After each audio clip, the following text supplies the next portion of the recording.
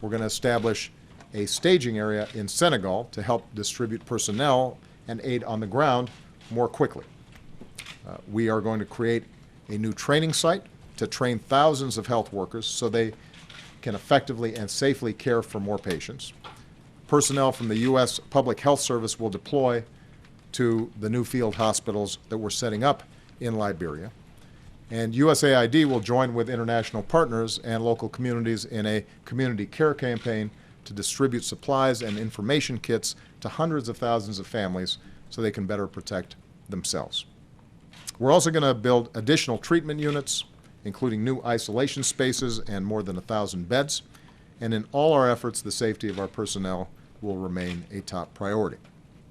Meanwhile, our scientists continue their urgent research in the hope of finding new treatments and perhaps vaccines. And today I'm calling on Congress to approve the funding that we've requested so that we can carry on with all these critical efforts. Today, the United States is doing even more, but this is a global threat, and it demands a truly global response. International organizations just have to move faster than they have up until this point. More nations need to contribute experienced personnel, supplies, and funding that's needed, and they need to deliver on what they pledge quickly. Charities and individual philanthropists have given generously, and they can make a big difference.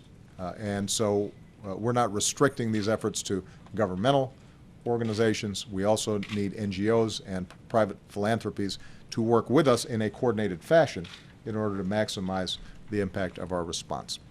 This week, the United States will chair an emergency meeting of the UN Security Council. Next week, I'll join UN Secretary General Ban Ki-moon to continue mobilizing the international community around this effort. And then, at the White House, we're going to bring more nations together to strengthen our global health security so that we can better prevent, detect, and respond to future outbreaks before they become epidemics. This is actually something that we had announced several months ago at the G7 meeting. We determined that this has to be a top priority. This was before the Ebola outbreak. We anticipated the fact that in many of these countries with a weak public health system, if we don't have more effective surveillance, more effective facilities on the ground, and are not helping poor countries in developing their ability to catch these things quickly, that there was at least the potential of seeing these kinds of outbreaks. And sadly, we now see that our predictions were correct. It gives more urgency to this effort, a global health initiative that we have been pushing internationally. Let me just close by saying this. The scenes that we're witnessing in West Africa today are absolutely gut-wrenching. In one account over the weekend, we read about a family in Liberia. The disease had already killed the father. The mother was cradling a sick and listless 5-year-old son. Her other son, 10 years old, was dying too. They finally reached a treatment center, but they couldn't get in, and said, a relative, "We're just sitting." You know, these men and women and children are just sitting,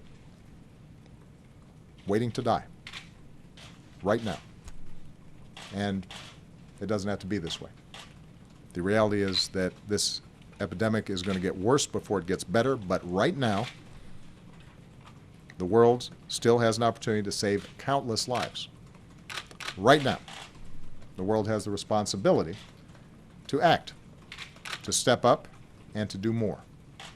The United States of America intends to do more. We are going to keep leading in this effort. We're going to do our part, and we're going to continue to make sure that the world understands the need for them to step alongside us as well in order for us to not just save the lives of families like the one I just discussed, but ultimately to make sure that this doesn't have the kinds of spillover effects that become even more difficult to control.